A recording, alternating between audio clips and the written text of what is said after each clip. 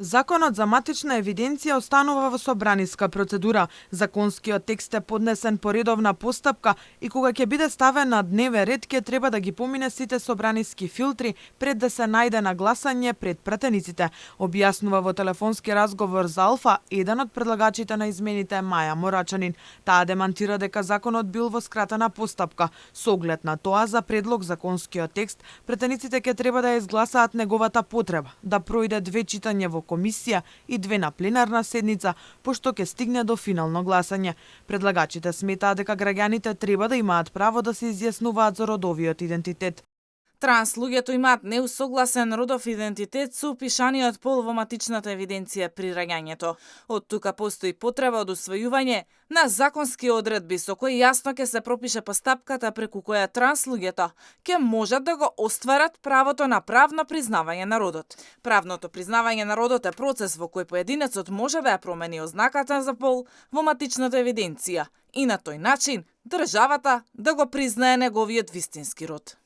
Секој граѓанин со наполнети 18 години ќе може на нотар да поднесе барање со кое и правно ќе му биде признат родот. Предлагачи за овој закон се повеќе пратеници од владеачкото мнозинство: Маја Морачанин, Снежана Калевска-Ванчевска, Санела Шкриел, Даниела Николова, Моника Зајкова, Марија Костадинова и Лјати Фешиковска. За Македонската православна црква Охридска архиепископија, Исламската верска заедница, но и за останатите верски заедници во Македонија, ваквите законски измени се неприфатливи, бидејќи нивната содржина е спротивна од системот на вредности на верата. Шедата на Македонската православна црква, собрани заедно со представници на сите цркви и верски заедници, за да му кажеме да на животот, за да ја возгласиме светоста на семејството, оформено од еден маж и една жена, за да кажеме дека ќе ги браниме нашите најмили,